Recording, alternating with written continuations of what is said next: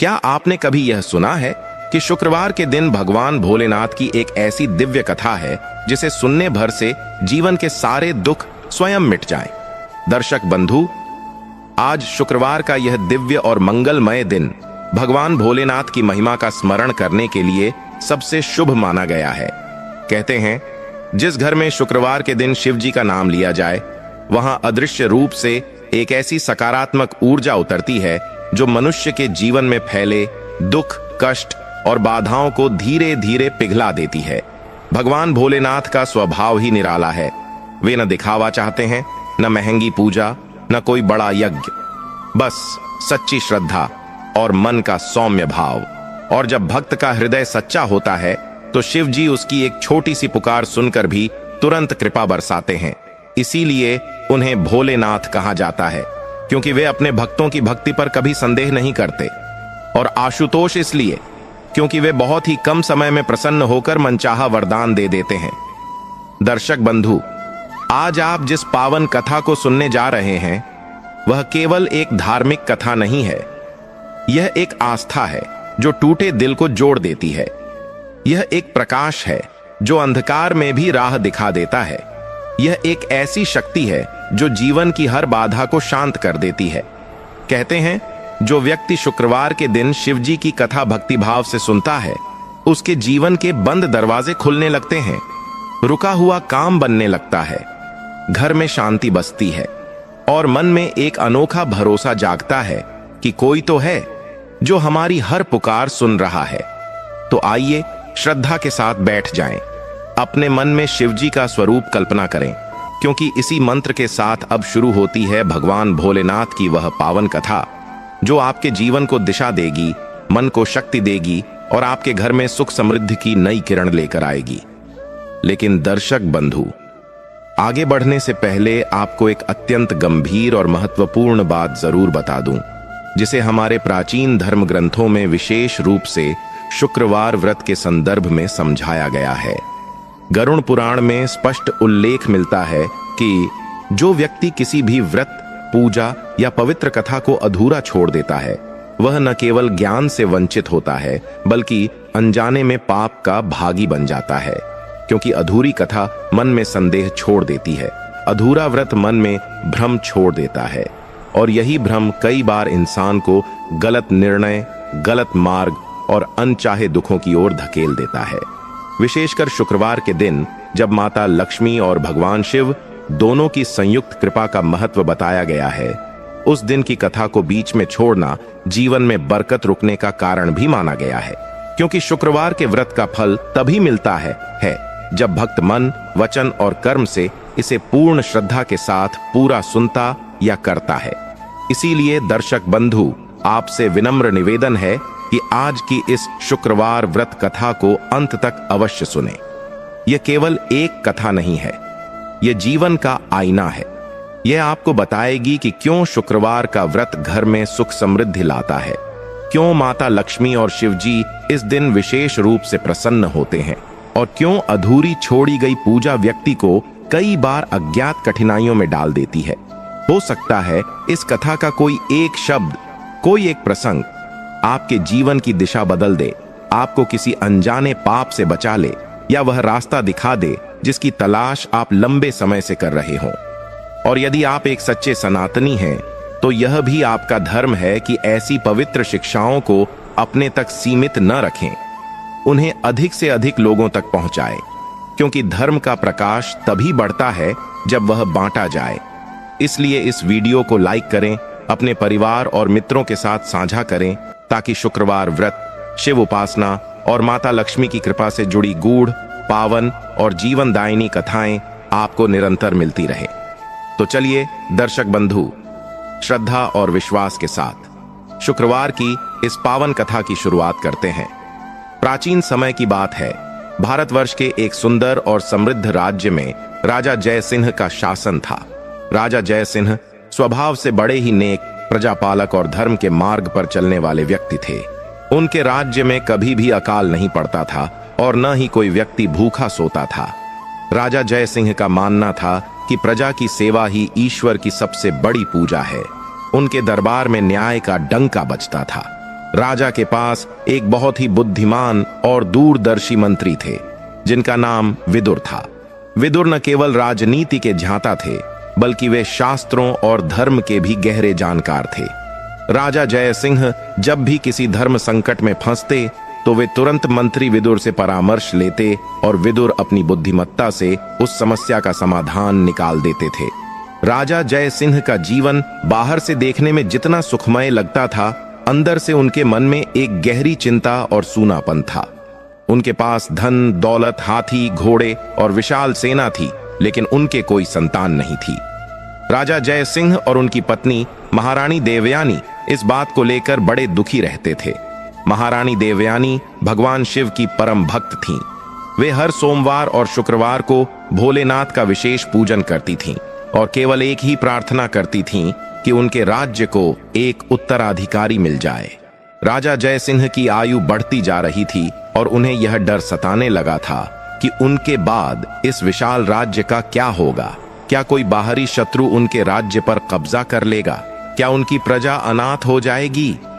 एक दिन राजा जय सिंह ने अपने मन की व्यथा मंत्री विदुर को बताई। विदुर ने राजा की बात शांति से सुनी और कहा, हे राजन, आप निराश न हो। महादेव की कृपा से असंभव भी संभव हो जाता है।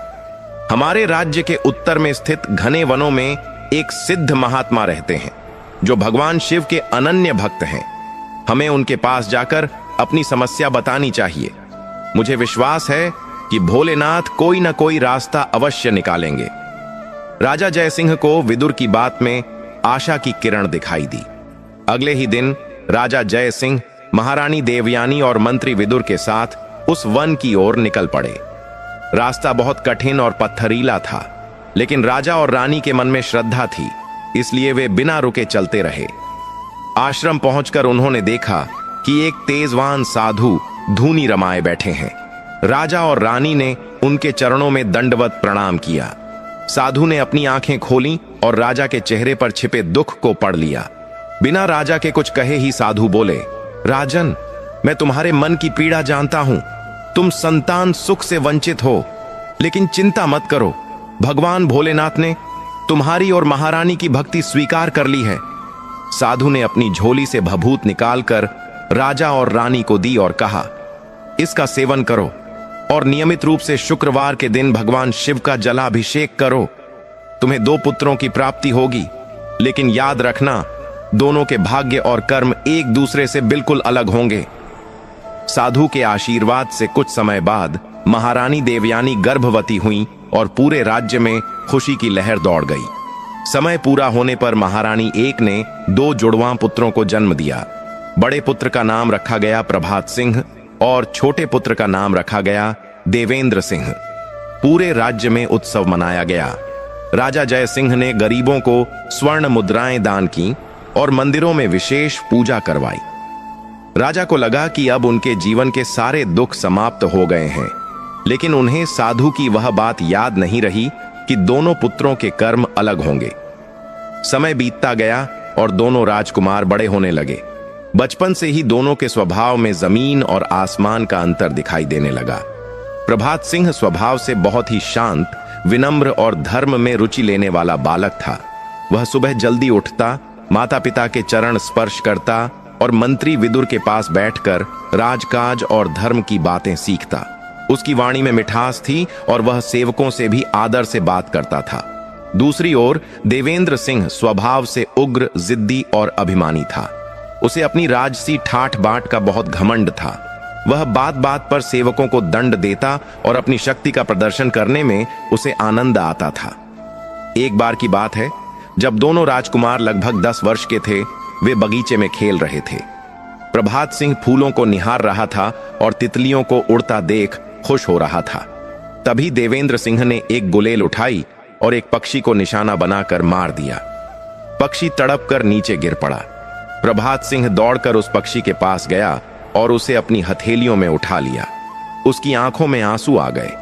उसने देवेंद्र से कहा, भैया, तुमने इस निर्दोष पक्षी को क्यों मारा? इसे कितनी पीड़ा हो रही है। देवेंद्र सिंह जोर से हंसा और बोला, अरे प्रभात, तुम बहुत डरपोक हो। हम क्षत्रिय हैं, शिकार करना हमारा धर्म है। यह तो बस एक खेल था। प्रभात सिंह ने तुरंत उस पक्षी का उपचार किया और उसे पानी पिलाया। यह छोटी सी घटना मंत्री विदुर दूर से देख रहे थे। उनके माथे पर चिंता की लकीरें उभर आईं। उन्होंने राजा जय सिंह को यह बात बताई। राजा जय सिंह ने देवेंद्र सिंह को बुलाया और उसे समझाने की कोशिश की, लेकिन देवेंद्र पर किसी बात का असर नहीं हुआ। उसे लगता था कि वह राजा का बेटा है, इसलिए वह कुछ भी कर सकता है।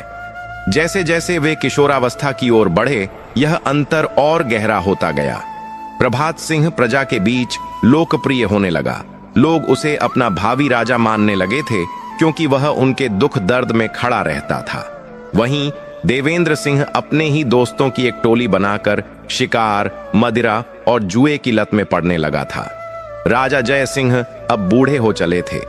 उनके मन में अब उत्तराधिकार की चिंता सताने लगी थी। नियम के अनुसार बड़ा बेटा राजा बनता है, लेकिन यहां दोनों जुड़वां थे और जन्म में केवल कुछ पलों का अंतर था। प्रभात सिंह कुछ पल पहले जन्मा था, इसलिए तकनीकी रूप से वही बड़ा था। लेकिन देवेंद्र सिंह की महत्वाकांक्षा बहुत बड़ी थी। वह मन ही मन खुद को राजा मान बैठा था। महारानी देवयानी भी देवेंद्र के व्यवहार से बहुत चिंतित रहती थीं। वे रोज भोलेनाथ से प्रार्थना करती कि देवेंद्र को सद्बुद्धि दें। एक दिन राजा जय सिंह ने मंत्री विदुर को अपने कक्ष में बुलाया। राजा ने कहा, विदुर, अब समय आ गया है कि मैं अपना उत्तराधिकारी घोषित करूं। प्रभात हर तरह से योग्य है, लेकिन मुझे डर है कि देवेंद्र इस निर्णय को स्वीकार नहीं करेगा। वह बगावत कर सकता है और राज्य में गृह युद्ध की स्थिति बन सकती है। तुम ही कोई उपाय बताओ। विदुर ने कुछ देर सोचा और कहा, महाराज, राज सिंहासन उसे ही मिलना चाहिए जो प्रजा का रक्षक हो, न कि भक्षक। लेकिन देवेंद्र सिंह को समझाने के लिए हमें एक परीक्षा लेनी होगी। उस परीक्षा के माध्यम से पूरे राज्य के सामने यह सिद्ध हो जाएगा कि असली राजा बनने के योग्य कौन है। राजा जय सिंह ने पूछा, कैसी परीक्षा विदुर? विदुर ने एक योजना बताई। उन्होंने कहा, महाराज, आप दोनों राजकुमारों को बुलाएं और उनसे कहें कि राज्य के सीमावर्ती इलाकों में कुछ विद्रोह हो रहा है और वहां डाकुओं का आतंक बढ़ गया है। आप दोनों को अलग अलग दिशाओं में भेजें। प्रभात सिंह को पूर्वी सीमा पर और देवेंद्र सिंह को पश्चिमी सीमा पर। हम देखेंगे कि वे उस समस्या को कैसे सुलझाते हैं। जो राजकुमार कम से कम हिंसा और बुद्धिमानी से शांति स्थापित करेगा, वही गद्दी का असली हकदार होगा। राजा को यह सुझाव बहुत पसंद आया। अगले ही दिन दरबार सजाया गया। राजा जय सिंह ने प्रभात सिंह और देवेंद्र सिंह को बुलाया। राजा ने गंभीर स्वर में कहा, पुत्रों, अब तुम दोनों युवा हो चुके हो और शिक्षा भी पूर्ण कर चुके हो। अब वक्त है कि तुम अपनी योग्यता सिद्ध करो। हमारे राज्य की सीमाओं पर कुछ उपद्रव हो रहा है। मैं चाहता हूं कि तुम दोनों जाकर वहां शांति स्थापित करो। प्रभात, तुम पूर्व की ओर जाओगे और देवेंद्र, तुम पश्चिम की ओर। याद रहे, मुझे परिणाम चाहिए, लेकिन प्रजा को कष्ट नहीं होना चाहिए।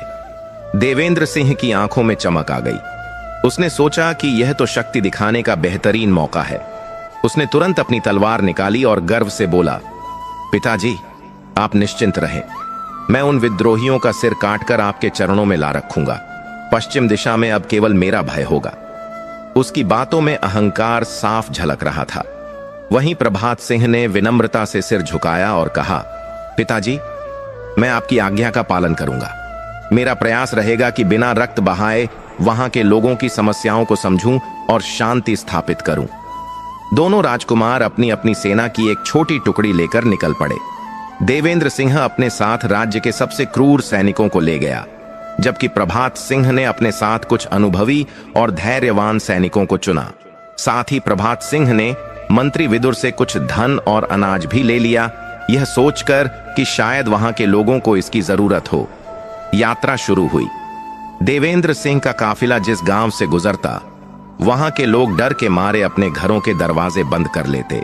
उसके सैनिक खेतों को रौंदते हुए और लोगों को डराते हुए आगे बढ़ रहे थे। देवेंद्र को इसमें बड़ा आनंद आ रहा था। उसे लग रहा था कि यही राजसी ठाठ है।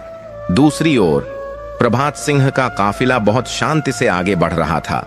रास्ते में जहां भी रात होती, प्रभात सिंह गांव के मुखिया से मिलता, उनकी समस्याओं को सुनता और सैनिकों को सख्त निर्देश देता कि किसी भी ग्रामवासी को कोई परेशानी न हो।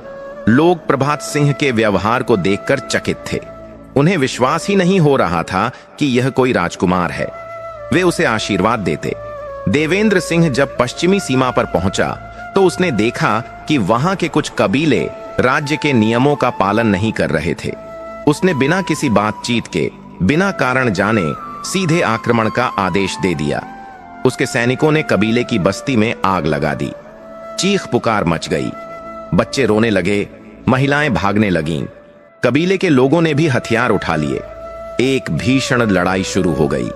देवेंद्र सिंह अपनी तलवार से लोगों को काट रहा था। उसे लगा कि वह जीत रहा है, लेकिन उसे यह नहीं पता था कि उसने उन लोगों के मन में अपने लिए और राजा के लिए नफरत का बीज बो दिया है। वह विद्रोह को दबा नहीं रहा था, बल्कि उसे और भड़का रहा था। वहीं पूर्वी सीमा पर पहुंचकर प्रभात सिंह ने देखा कि वहां के लोग डाकू नहीं थे, बल्कि अकाल के सताए हुए किसान थे, जिन्होंने भूख से तंग आकर हथियार उठाए थे। उन्होंने राजा के गोदामों को लूटना शुरू कर दिया था। प्रभात सिंह ने अपने सैनिकों को पीछे रहने का आदेश दिया और वह अकेला बिना हथियार के उन लोगों के बीच गया। पहले तो लोग उसे देखकर डर गए, लेकिन प्रभात सिंह ने हाथ जोड़कर कहा, मेरे भाइयों, मैं आपसे लड़ने नहीं, आपकी बात सुनने आया हूं। मुझे बताओ कि आपको हथियार क्यों उठाने पड़े। उसके शांत व्यवहार ने लोगों का गुस्सा ठंडा कर दिया। उनके मुखिया ने आगे आकर अपनी व्यथा सुनाई कि कैसे सूखा पड़ने के कारण उनकी फसलें बर्बाद हो गईं और स्थानीय अधिकारियों ने फिर भी उनसे कर टैक्स मांगा। प्रभात सिंह की आंखों में करुणा भर आई। उसने तुरंत अपने साथ लाए हुए अनाज और धन को उन लोगों में बांटने का आदेश दिया। उसने भ्रष्ट अधिकारियों को दंडित किया और वचन दिया कि राजा जय सिंह तक उनकी बात पहुंचाई जाएगी और उनका कर्ज माफ कर दिया जाएगा। जो लोग कल तक विद्रोही थे, वे आज प्रभात सिंह की जय जयकार कर रहे थे। बिना एक भी बूंद खून बहाए प्रभात सिंह ने वहां शांति स्थापित कर दी थी। कुछ हफ्तों बाद दोनों राजकुमार राजधानी लौटे। देवेंद्र सिंह अपने साथ कई कटे हुए सिर और लूट का सामान लेकर आया था। वह बहुत खुश था और उसे लग रहा था कि गद्दी उसी की है।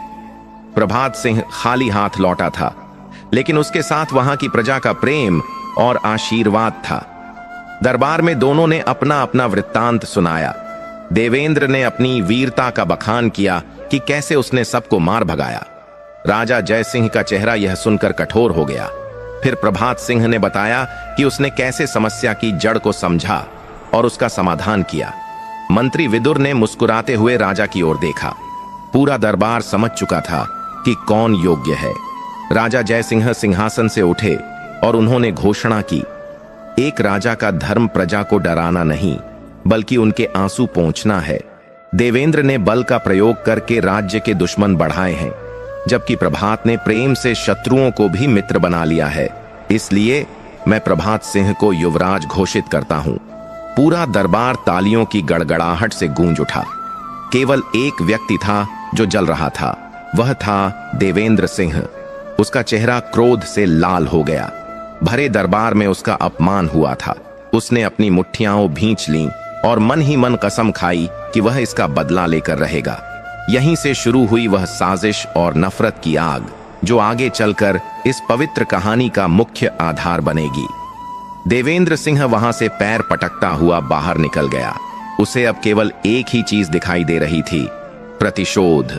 और इस प्रतिशोध की आग में वह किस हद तक गिर सकता था, इसका अंदाजा न तो राजा जय सिंह को था और न ही भोलेनाथ के भक्त प्रभात सिंह को। राजा को लगा कि उन्होंने सही निर्णय लिया है और अब सब ठीक हो जाएगा।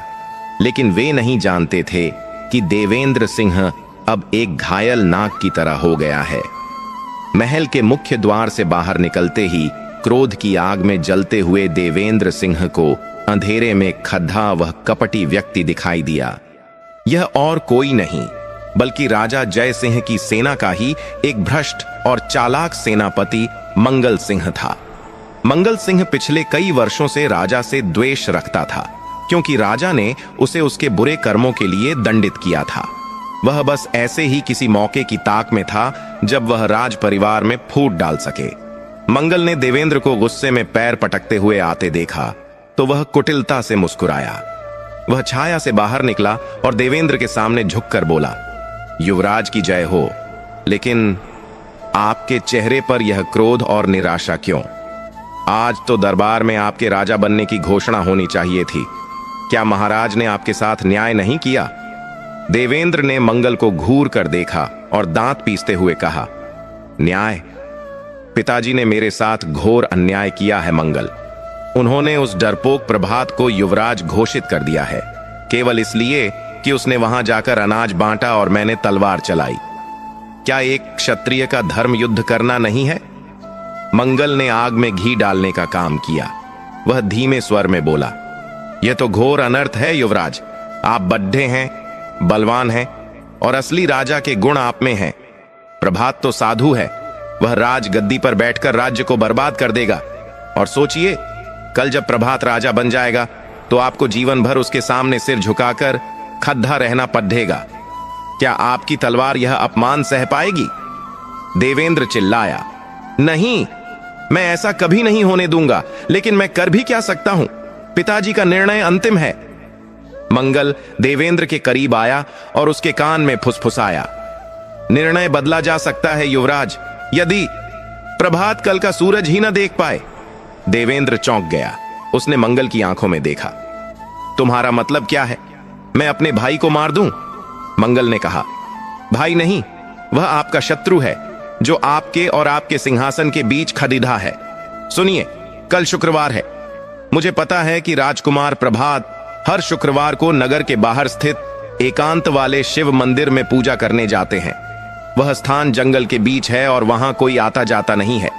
मैं अपने कुछ भरोसेमंद और खूंखार आदमियों को वहां पहले से छिपा दूंगा। आपको बस इतना करना है कि प्रभात को अकेले वहां ले जाएं, बाकी काम मेरे आदमी कर देंगे। देवेंद्र का दिल जोर से ढकढका।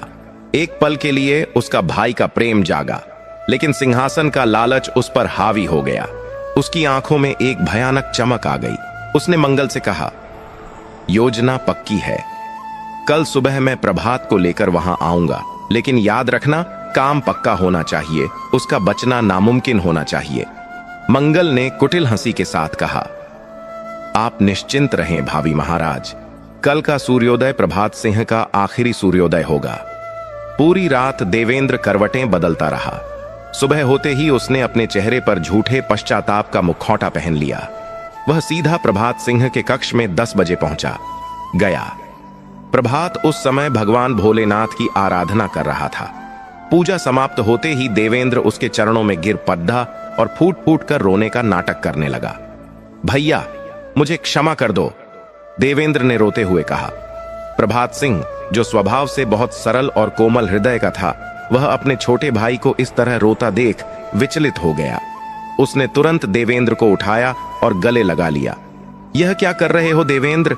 तुम मेरे भाई हो, तुमसे कैसी नाराजगी? देवेंद्र ने सिसकते हुए कहा, भैया, कल दरबार में सत्ता के लोभ ने मुझे अंधा कर दिया था। मैंने आपका अपमान किया, पिताजी का दिल दुखाया। मुझे रात भर नींद नहीं आई। मैं अपने पापों का प्रायश्चित करना चाहता हूं। आज शुक्रवार है। मैं चाहता हूं कि हम दोनों भाई बिना किसी सैनिक या मंत्री के उस पुराने वन वाले शिव मंदिर में जाएं और साथ में महादेव का अभिषेक करें। क्या आप मेरे साथ चलेंगे? इससे मेरे मन को शांति मिलेगी। भोले भाले प्रभात को जरा सा भी आभास नहीं हुआ कि यह आमंत्रण मौत का बुलावा है। उसे लगा कि उसका भाई सुधर गया है। उसने मुस्कुराते हुए कहा, अवश्य देवेंद्र, इससे अच्छी बात क्या हो सकती है। हम दोनों भाई साथ में महादेव की पूजा करेंगे। चलो, अभी चलते हैं। जब वे दोनों महल से निकलने लगे तो मंत्री विदुर ने उन्हें रोका। विदुर की अनुभवी आंखों को देवेंद्र के अचानक बदले व्यवहार पर संदेह हो रहा था। उन्होंने कहा, युवराज प्रभात, आप दोनों अकेले जंगल की ओर जा रहे हैं, यह सुरक्षित नहीं है। कम से कम अंगरक्षकों की एक टुकड़ी साथ ले जाएं। लेकिन इससे पहले कि प्रभात कुछ कहता, देवेंद्र बोल पड़ा, काका, यह दो भाइयों के बीच का मामला है। हम ईश्वर के सामने प्रायश्चित करने जा रहे हैं, वहां शस्त्रों और सैनिकों का क्या काम? और जब बड्ढे भैया साथ हैं तो मुझे किस बात का डर? प्रभात ने भी विदुर को आश्वस्त किया, काका, आप चिंता न करें, हम शीघ्र लौट आएंगे। विदुर का मन नहीं माना, लेकिन वे भावी राजा की आज्ञा टाल नहीं सके। वे भारी मन से उन्हें जाते हुए देखते रहे। दोनों भाई अपने अपने घोड़ों पर सवार होकर जंगल की ओर निकल पड़े। रास्ता बहुत सुहाना था, पक्षी चहचहा रहे थे, लेकिन देवेंद्र के मन में कपट का बवंडर चल रहा था। जैसे जैसे वे घने जंगल में उस पुराने मंदिर के करीब पहुंच रहे थे, सन्नाटा बढ़ता जा रहा था। मंदिर एक पहाड़ी के किनारे पर स्थित था, जिसके नीचे एक बहुत गहरी और तेज बहाव वाली नदी बहती थी। नदी की गर्जना ऊपर तक सुनाई दे रही थी। मंदिर के प्रांगण में पहुंचकर दोनों ने घोड़े रोके। वहां एकदम सन्नाटा था। प्रभात सिंह ने घोड़े से उतरकर मंदिर की ओर हाथ जोड़े और कहा, कितना शांत और पवित्र स्थान है यह देवेंद्र। यहां भगवान का वास साक्षात अनुभव होता है। देवेंद्र ने पीछे से अपनी कमर पर बंधी तलवार पर हाथ रखा और व्यंग्य भरी हंसी हंसा। हां भैया, यह स्थान सचमुच बहुत शांत है, हमेशा की नींद सोने के लिए। प्रभात सिंह ने चौंक कर पीछे मुद्दा, यह तुम क्या कह रहे हो देवेंद्र? तभी देवेंद्र ने एक विशेष सीटी बजाई। सीटी की आवाज गूंजते ही मंदिर के खंडहरों और झादियों के पीछे से मंगल सिंह के 6 नकाब पोश गुंडे नंगी तलवारें लेकर बाहर निकल आए। उन्होंने प्रभात सिंह को चारों तरफ से घेर लिया। प्रभात स्थिति को समझ गया। उसकी आंखों में डर नहीं, बल्कि गहरा दुख था। उसने देवेंद्र की आंखों में देखा और कहा, तो यह तुम्हारा प्रायश्चित है देवेंद्र? तुम अपने सगे भाई को मारने के लिए मुझे यहां छल से लाए हो। धिक्कार है तुम पर। अगर तुम्हें राजपाट चाहिए था तो मांग लेते, मैं खुशी खुशी दे देता। इसके लिए भाई के खून से हाथ रंगने की क्या जरूरत थी? देवेंद्र ने चिल्लाकर कहा, मुझे तुम्हारा त्याग नहीं चाहिए, मुझे मेरा अधिकार चाहिए जिसे तुमने छल से छीना है। मंगल के आदमियों, इसे खत्म कर दो। गुंडे प्रभात पर टूट पड़े। प्रभात सिंह भले ही शांत स्वभाव का था, लेकिन वह एक वीर योद्धा भी था। उसने बिजली की तेजी से अपनी तलवार निकाली और हमलावरों से भिद्दा गया। तलवारों की खनखनाहट से जंगल गूंज उठा। प्रभात ने अपनी कुशलता से 2 गुंडों को तो तुरंत धराशायी कर दिया। वह एक शेर की तरह लड्डे डा रहा था, लेकिन वे संख्या में ज्यादा थे। जब प्रभात 3 गुंडों से लड्डे ढने में व्यस्त था, तभी देवेंद्र ने पीछे से आकर कायरतापूर्वक प्रभात की पीठ में खंजर घोंप दिया। हे शिव! प्रभात के मुंह से चीख निकल गई। पीठ में गहरा घाव लगते ही उसकी शक्ति क्षीण होने लगी। वह लड्डखड़ा कर जमीन पर गिर पड़ा। खून की धारा बह निकली। वह दर्द से तड़प रहा था, फिर भी उसकी नजरें मंदिर के शिवलिंग की ओर थीं। देवेंद्र उसके पास आया और उसकी छाती पर पैर रखकर बोला, जाओ भैया, अब तुम भगवान के पास ही रहो।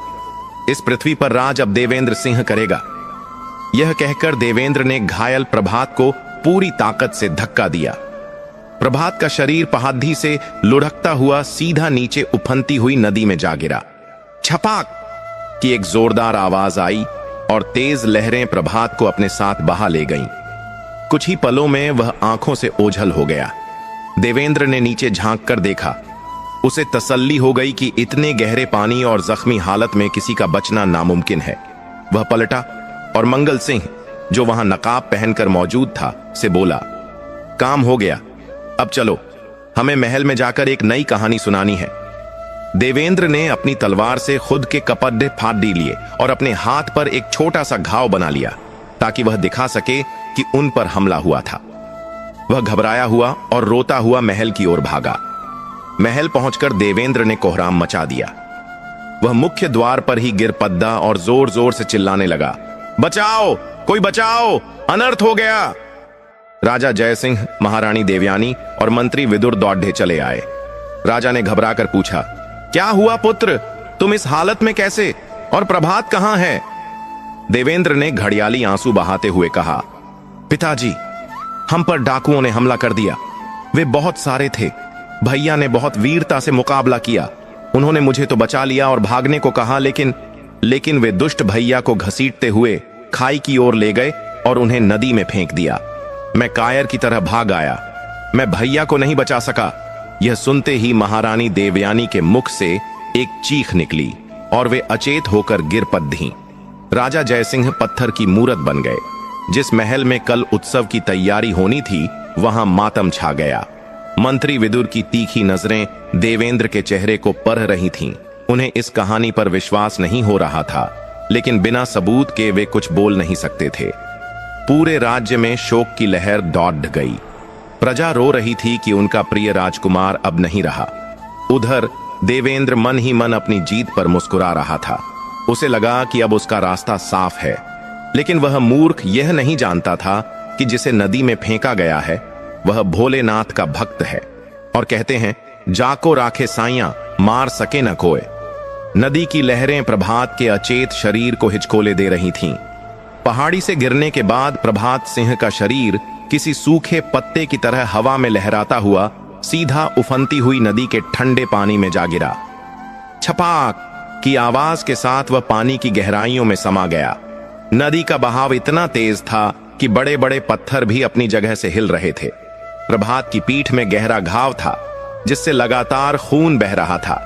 ठंडा पानी घाव पर लगते ही शरीर में हजार सुइयों जैसी चुभन पैदा कर रहा था, लेकिन प्रभात का शरीर लगभग सुन्न पड्डी चुका था। लहरें उसे कभी ऊपर फेंकती तो कभी नीचे पटकर देती। उसकी सांसें उखड़ रही थीं, फेफड़ों में पानी भरने लगा था। मृत्यु उसे अपनी आगोश में लेने के लिए तैयार थी। चेतना जाते जाते प्रभात के मन में केवल एक ही छवि उभरी, भगवान भोलेनाथ का शांत स्वरूप। अचेत अवस्था में भी उसके मन ने पुकारा, हे महादेव, यदि मेरा जीवन यही समाप्त होना लिखा है तो मुझे स्वीकार करें, और यदि मेरा कोई कर्तव्य शेष है तो मेरी रक्षा करें। शायद शुक्रवार के दिन सुनी गई उस पुकार में इतनी शक्ति थी कि चमत्कार हो गया। नदी की तेज धारा उसे बहाकर राज्य की सीमा से बहुत दूर घने जंगलों के बीच ले गई। वहां नदी का एक मोड़ था जहां पानी की रफ्तार थोड़ी कम थी और किनारे पर बड़े बड़े पेड़ों की जड़ें पानी के अंदर तक फैली हुई थीं। प्रभात का बेजान शरीर बहते हुए एक विशाल बरगद के पेड़ की लटकती हुई जड़ों में जाकर फंस गया। अगर वह जड़ें वहां न होती तो शायद वह आगे जाकर किसी चट्टान से टकराकर खत्म हो जाता या किसी मगरमच्छ का भोजन बन जाता। उसका सिर पानी से थोड़ा ऊपर रह गया, जिससे उसे थोड़ी हवा मिल सकी, लेकिन उसका बाकी शरीर पानी में ही डूबा रहा। रात का अंधेरा गहराता गया और जंगल के हिंसक जानवरों की आवाजें गूंजने लगीं। वह पूरी रात उसी अवस्था में मौत और जिंदगी के बीच झूलता रहा। अगली सुबह सूर्य की पहली किरण के साथ जंगल में हलचल शुरू हुई। यह इलाका भील जनजाति का था, जो राज्य के कानूनों से दूर अपनी अलग दुनिया में रहते थे। वे लोग बहुत ही भोले और प्रकृति प्रेमी थे। उसी कबीले का एक बुजुर्ग व्यक्ति, जिसका नाम बाबा भीमा था, अपनी पोती कजरी के साथ नदी किनारे लकड़ियां और जड़ी बूटियां इकट्ठा करने आया था। बाबा भीमा की नजर अचानक नदी के किनारे फंसी हुई एक लाल रंग की वस्तु पर पड़ी। उन्होंने ध्यान से देखा तो चौंक गए। कजरी, उधर देख, वो तो कोई मनुष्य लगता है, भीमा ने उंगली से इशारा करते हुए कहा। कजरी, जो एक फुर्तीली युवती थी, तुरंत दौड़कर किनारे पर गई। उसने देखा कि एक युवक, जिसके कपड़े तो राजसी लग रहे हैं लेकिन पूरी तरह फटे हुए हैं, जड़ों में फंसा हुआ है। पानी का रंग उसके आसपास लाल हो चुका था। कजरी ने घबराकर आवाज लगाई, बाबा जल्दी आइए, यह तो बहुत बुरी तरह घायल है, लेकिन शायद अभी सांस चल रही है। बाबा भीमा ने अपनी लाठी फेंकी और पानी में उतर गए। उन्होंने और कजरी ने मिलकर बड़ी मुश्किल से प्रभात के भारी शरीर को पानी से बाहर निकाला और सूखी रेत पर लिटाया। प्रभात का चेहरा पीला पड़ चुका था और होंठ नीले थे। भीमा ने तुरंत उसकी नब्ज टटोली। बहुत धीमी लेकिन धड़कन चल रही थी। भीमा ने उसकी पीठ देखी तो सिहर उठे। खंजर का घाव गहरा था और मांस फट चुका था। भीमा, जो जंगल की जड़ी बूटियों के ज्ञानी थे, समझ गए कि अगर तुरंत उपचार नहीं मिला तो यह युवक नहीं बचेगा। उन्होंने कजरी से कहा, बेटी, यह कोई साधारण सैनिक नहीं लगता। इसके गले में पड़ी रुद्राक्ष की माला बता रही है कि यह शिव का भक्त है। हमें इसे तुरंत अपनी झोपड़ी में ले जाना होगा। दोनों ने मिलकर प्रभात को एक लकड़ी के ढांचा पर डाला और कबीले की ओर ले चले। कबीले में पहुंचते ही हड़कंप मच गया। सब लोग घेर कर खड़े हो गए।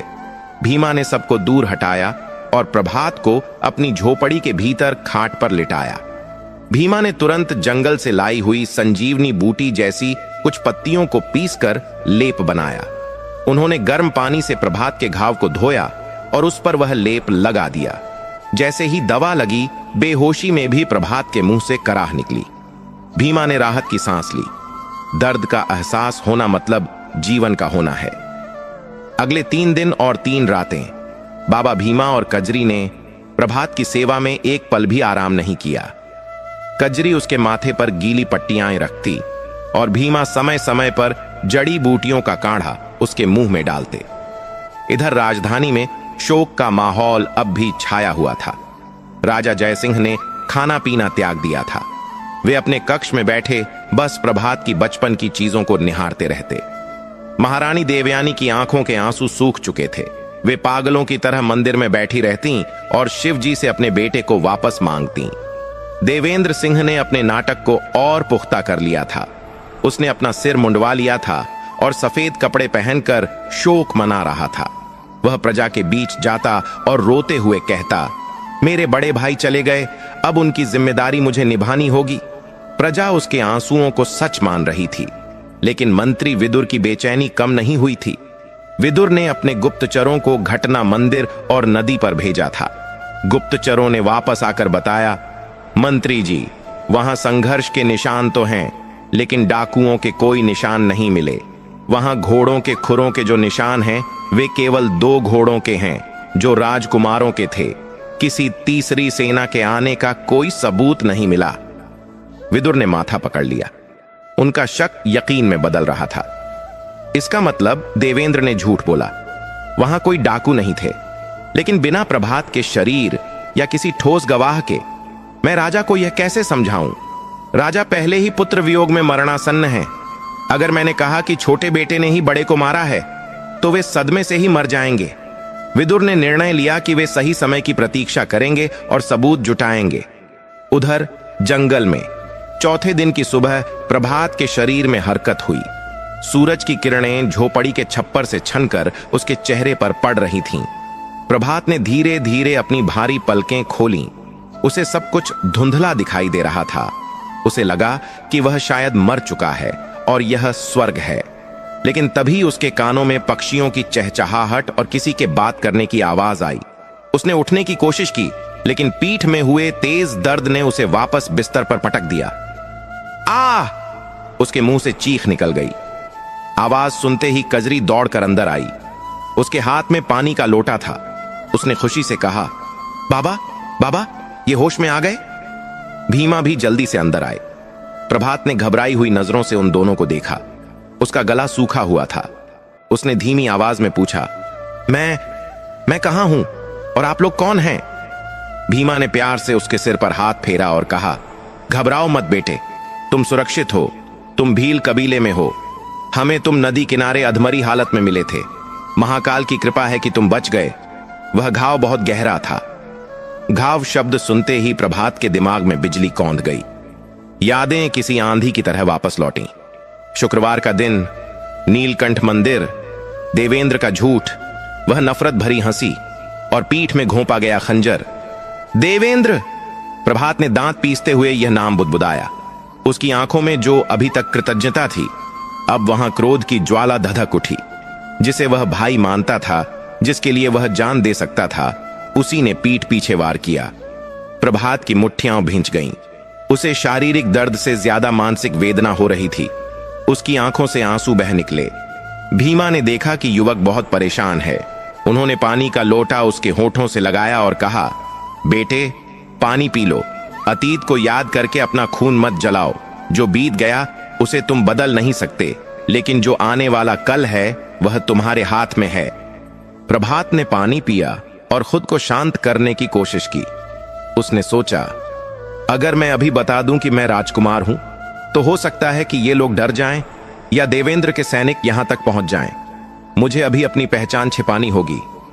प्रभात ने भीमा से झूठ बोला, बाबा, मेरा नाम शिवा है।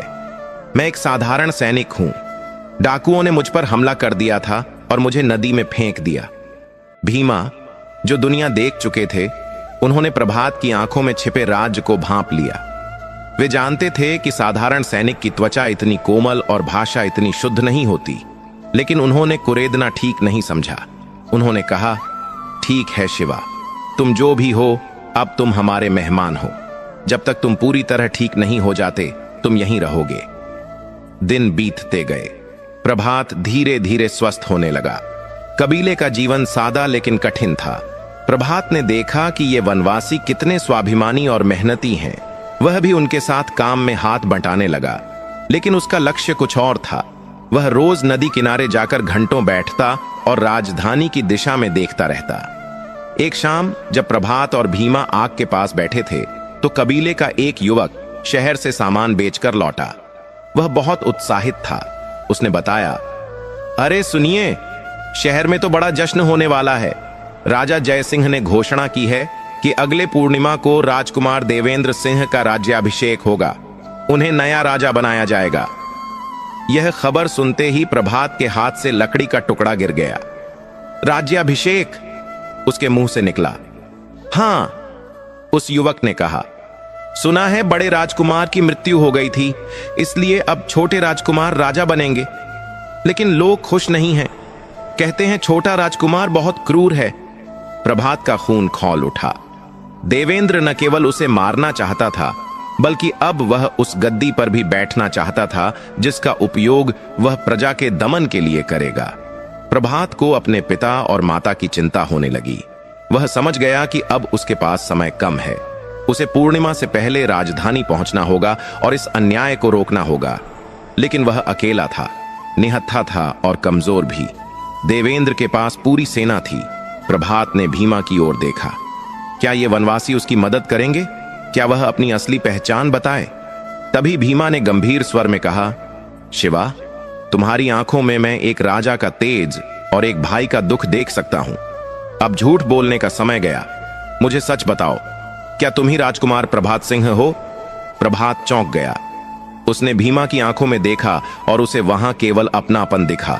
उसकी हिम्मत जवाब दे गई और वह भीमा के पैरों में गिरकर रो पड़ा। हां बाबा, मैं ही वह अभागा प्रभात हूं जिसे उसके सगे भाई ने मारना चाहा। मेरा राज्य खतरे में है, मेरे माता पिता खतरे में हैं। मुझे आपकी मदद चाहिए। भीमा ने उसे उठाया और गले लगा लिया। उन्होंने गर्जना करते हुए कहा, तो फिर चिंता मत करो राजकुमार। भील कबीला अपनी जान दे सकता है, लेकिन शरण में आए व्यक्ति का साथ नहीं छोड़ता। हम तुम्हारे साथ चलेंगे। देखते हैं उस पापी देवेंद्र में कितना दम है। जंगल में मशालें जल उठीं। भीमा ने कबीले के सभी लड़ाकों को इकट्ठा किया। ये लोग तलवारबाजी में माहिर नहीं थे, लेकिन तीर कमान और छिपकर वार करने में इनका कोई सानी नहीं था। प्रभात को लगा कि महादेव ने उसे नई सेना दी है, लेकिन राजधानी का रास्ता आसान नहीं था। देवेंद्र ने हर जगह अपने पहरेदार बैठा रखे थे और सबसे बड़ी चुनौती यह थी कि प्रभात को महल के अंदर घुसना था, वह भी राज्याभिषेक से पहले, ताकि वह भरी सभा में देवेंद्र का सच सामने ला सके। प्रभात ने एक योजना बनाई, एक ऐसी योजना जो शुक्रवार के दिन ही अंजाम दी जानी थी, क्योंकि शुक्रवार से ही उसके दुखों की शुरुआत हुई थी और शुक्रवार को ही वह इसका अंत करेगा। जंगल के उस भील कबीले में युद्ध की तैयारियां जोर शोर से चल रही थीं। हालांकि भीलों के पास राजा की सेना जैसे आधुनिक हथियार, कवच या तलवारें नहीं थीं, लेकिन उनके पास जंगल का चप्पा चप्पा जानने वाला ज्ञान और अचूक निशानेबाजी थी। प्रभात सिंह ने उन्हें समझाया कि हमें सीधी लड़ाई नहीं लड़नी है, क्योंकि देवेंद्र की सेना विशाल है। हमें बुद्धि और चालाकी से काम लेना होगा। बाबा भीमा ने अपने सबसे तेज तर्रार 50 नौजवानों को चुना। कजरी ने भी जिद की कि वह साथ जाएगी। प्रभात ने पहले मना किया, लेकिन कजरी का साहस देखकर उसे हां करनी पड़ी। योजना यह बनी कि प्रभात और उसके साथी साधुओं की टोली का भेष बनाएंगे। चूंकि राज्याभिषेक का समय था, इसलिए राज्य में दूर दूर से साधु संतों और कलाकारों का आना जाना लगा हुआ था, इसलिए किसी को उन पर शक नहीं होता। प्रभात सिंह ने अपने राजसी कपड़े उतार दिए। उसने अपने शरीर पर चिता की भभूत, राख मल्ली, माथे पर एक बड़ा सा त्रिपुंड, शिवजी का तिलक लगाया और अपनी पहचान छिपाने के लिए लंबी जटाएं बना लीं। अब वह राजकुमार प्रभात नहीं, बल्कि एक तेजस्वी अघोरी साधु लग रहा था।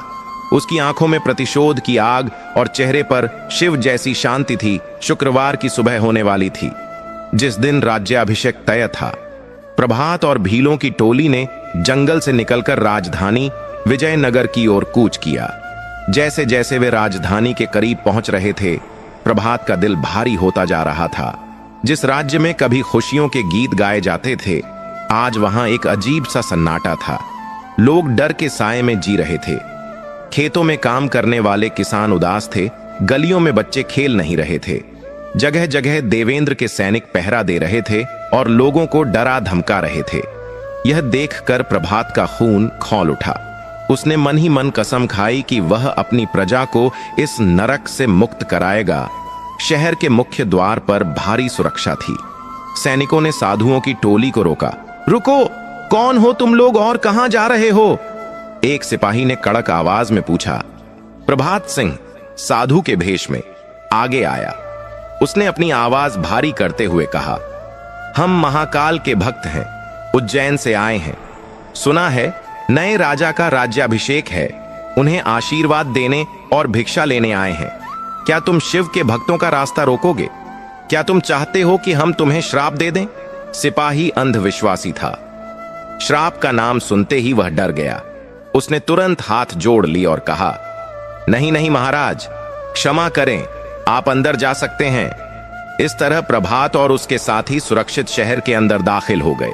शहर में घुसते ही प्रभात ने देखा कि राजमहल को सजाया जा रहा है, लेकिन उस सजावट में कोई उत्साह नहीं था। हर तरफ केवल देवेंद्र सिंह के जयकारे जबरदस्ती लगवाए जा रहे थे। प्रभात जानता था कि सीधे महल में घुसना आत्महत्या के समान होगा। उसे सबसे पहले किसी ऐसे व्यक्ति से मिलना था जो महल के अंदर की खबर दे सके और जिस पर वह आंख बंद करके भरोसा कर सके। और वह व्यक्ति केवल एक ही था, मंत्री विदुर। प्रभात को याद था कि मंत्री विदुर हर शाम नगर के बीचों बीच स्थित पुराने शिव मंदिर में पूजा करने आते हैं। प्रभात ने अपने साथियों को अलग अलग जगहों पर फैलने का इशारा किया और खुद उस मंदिर की ओर चल पड़ा। शाम ढल चुकी थी। मंदिर में ज्यादा भीड़ नहीं थी। मंत्री विदुर शिवलिंग के सामने बैठे थे। उनका चेहरा उतर चुका था, आंखों के नीचे काले घेरे थे। वे भगवान से प्रार्थना कर रहे थे, हे भोलेनाथ, हमारे राज्य को बचा लो। राजा जय सिंह तो पुत्र वियोग में जीवित लाश बन गए हैं, और देवेंद्र, वह तो राक्षस बन चुका है। क्या इस राज्य का कोई रक्षक नहीं आएगा? तभी उन्हें पीछे से एक भारी आवाज सुनाई दी, रक्षक अवश्य आएगा काका, क्योंकि महादेव कभी अन्याय नहीं होने देते। विदुर चौंक गए। उन्होंने पलटकर देखा तो सामने एक भभूत रमाया हुआ साधु खड़ा था। विदुर ने कहा, आप कौन हैं महात्मा, और मुझे काका कहकर क्यों संबोधित कर रहे हैं? प्रभात ने धीरे से अपनी जटाएं हटाईं और अपनी आंखों से विदुर की आंखों में देखा। क्या आपने अपनी गोद में खेले हुए प्रभात को नहीं पहचाना काका? विदुर की आंखें फटी की फटी रह गईं। उन्हें लगा कि उन्हें मतिभ्रम हो गया है। वे कांपते हुए हाथों से प्रभात के करीब आए और उसके चेहरे को छू कर देखा। प्रभात, मेरे बच्चे, तुम जीवित हो? विदुर का गला भर आया। वे प्रभात के चरणों में गिरने ही वाले थे कि प्रभात ने उन्हें थाम लिया और अपने गले लगा लिया। विदुर फूट फूट कर रो पड़े।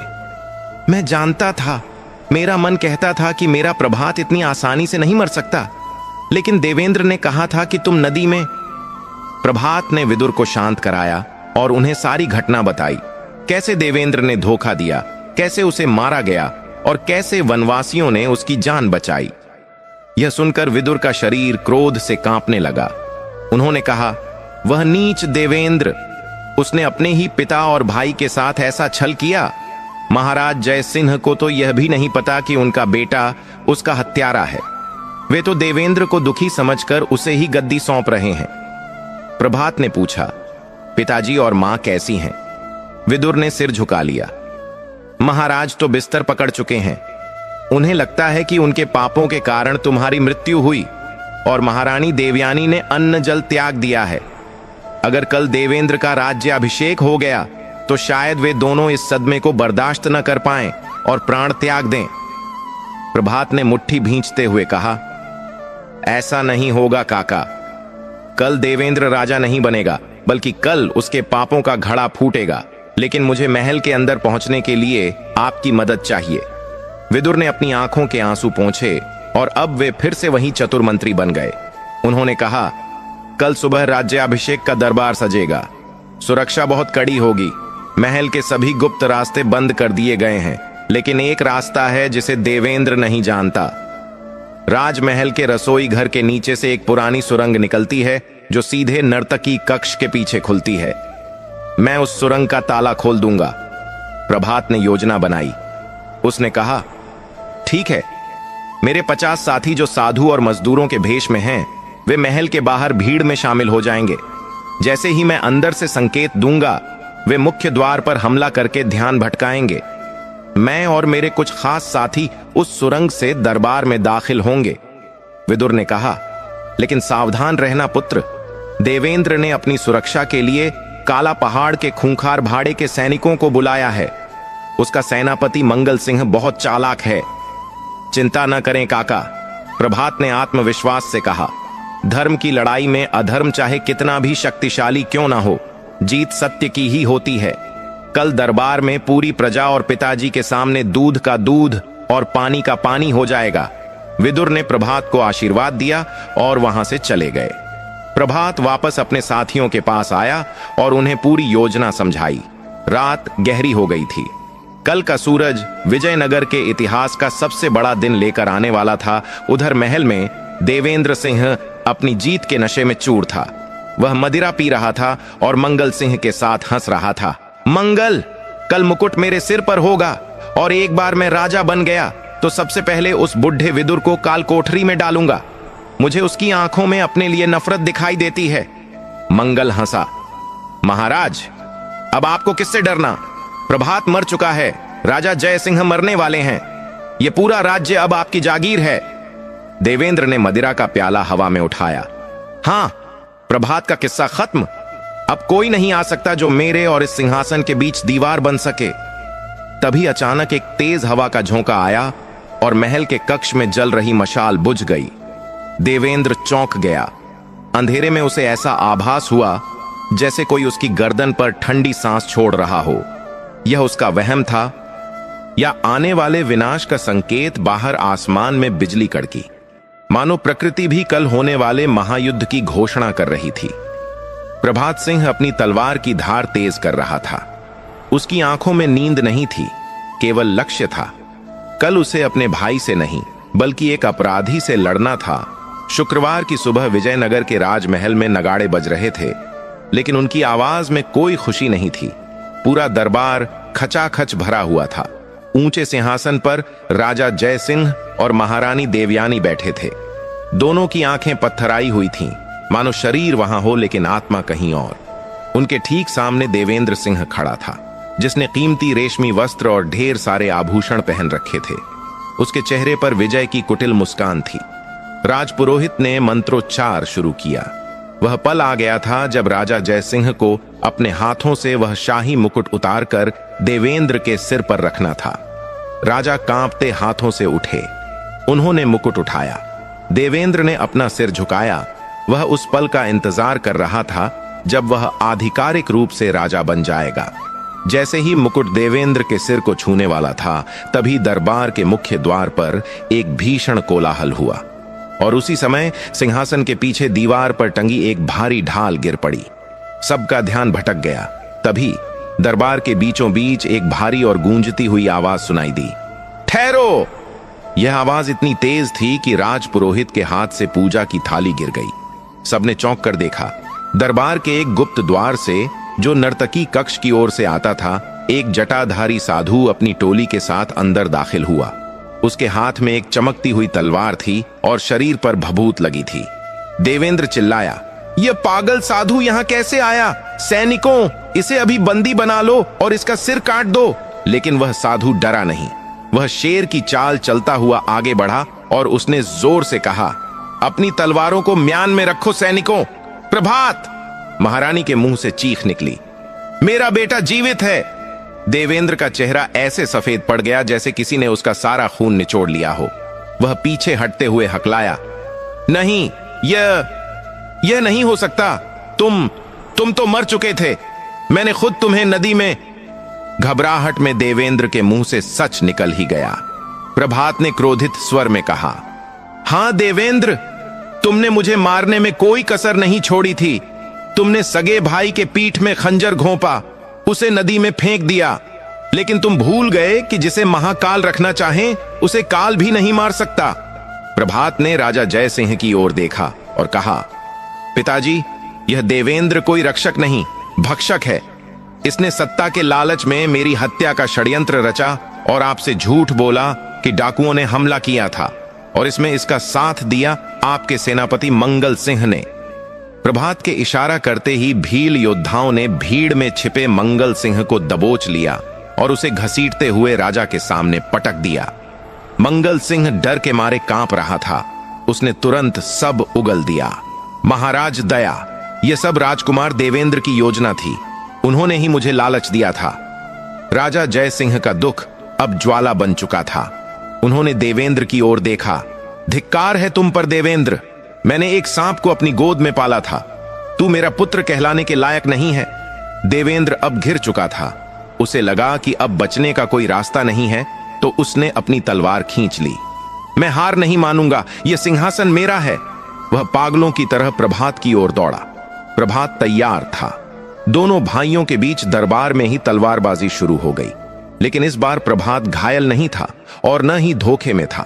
प्रभात की तलवार बिजली की तरह चल रही थी। केवल 2 ही वार में प्रभात ने देवेंद्र की तलवार को हवा में उछाल दिया और अपनी तलवार की नोक देवेंद्र की गर्दन पर रख दी। देवेंद्र घुटनों के बल गिर पड़ा। वह गिड़गिड़ाने लगा, भैया मुझे माफ कर दो, भैया मत मारो। प्रभात ने तलवार उठाई। पूरा दरबार सांस रोके देख रहा था। क्या प्रभात उसका सिर काट देगा? लेकिन प्रभात ने तलवार वापस म्यान में रख ली। उसने कहा, मैं तुम्हें मारकर अपने हाथ गंदे नहीं करूंगा देवेंद्र। तुम्हारी सजा यह है कि तुम्हें जीवन भर अपने पापों के साथ जीना होगा। राजा जय सिंह ने तुरंत आदेश दिया, सैनिकों, इस देशद्रोही और पितृद्रोही को जंजीरों में जकड़ लो। इसे और मंगल सिंह को कालकोठरी में डाल दिया जाए। इन्हें आजीवन सूर्य की रोशनी देखने को नहीं मिलेगी। सैनिकों ने देवेंद्र और मंगल को गिरफ्तार कर लिया। देवेंद्र रोता चिल्लाता रहा, लेकिन किसी ने उसकी नहीं सुनी। पाप का अंत हो चुका था। इसके बाद जो हुआ वह इतिहास बन गया। राजा जय सिंह ने प्रभात को गले लगाया और फूट फूट कर रोए, मुझे माफ कर देना पुत्र, मैं तुम्हें पहचान नहीं पाया। महारानी देवयानी ने अपने बेटे का माथा चूमा। उसी समय राजपुरोहित ने वह मुकुट उठाया और जयकारों के बीच प्रभात सिंह के सिर पर रख दिया। पूरा दरबार महाराज प्रभात सिंह की जय, महाकाल की जय के नारों से गूंज उठा। प्रभात ने राजा बनते ही सबसे पहले मंत्री विदुर को अपना प्रधानमंत्री और बाबा भीमा को अपना विशेष सलाहकार नियुक्त किया। उसने भील कबीले के लिए विशेष सम्मान और सुविधाएं घोषित की। प्रभात सिंह का शासनकाल स्वर्ण युग कहलाया। उसने प्रजा की सेवा को ही अपना धर्म माना। और सबसे महत्वपूर्ण बात, राजा प्रभात सिंह ने यह नियम बना दिया कि राज्य में हर शुक्रवार को भगवान भोलेनाथ की विशेष पूजा होगी और गरीबों को भोजन कराया जाएगा। तो भक्तों, यह थी भगवान भोलेनाथ की महिमा। जैसे शुक्रवार के दिन सुनी गई कथा और शिव भक्ति ने प्रभात सिंह को मृत्यु के मुंह से निकालकर राज सिंहासन तक पहुंचाया, वैसे ही जो भी व्यक्ति सच्चे मन से शुक्रवार को शिव जी का ध्यान करता है, उसके जीवन के सारे कांटे फूल बन जाते हैं। पाप चाहे कितना भी शक्तिशाली हो, अंत में जीत सत्य और धर्म की ही होती है। अगर आपको यह कथा पसंद आई हो और आप भी मानते हैं कि भोलेनाथ अपने भक्तों की रक्षा करते हैं, तो कमेंट में हर हर महादेव जरूर लिखें। भगवान शिव आप सभी की मनोकामना पूर्ण करें।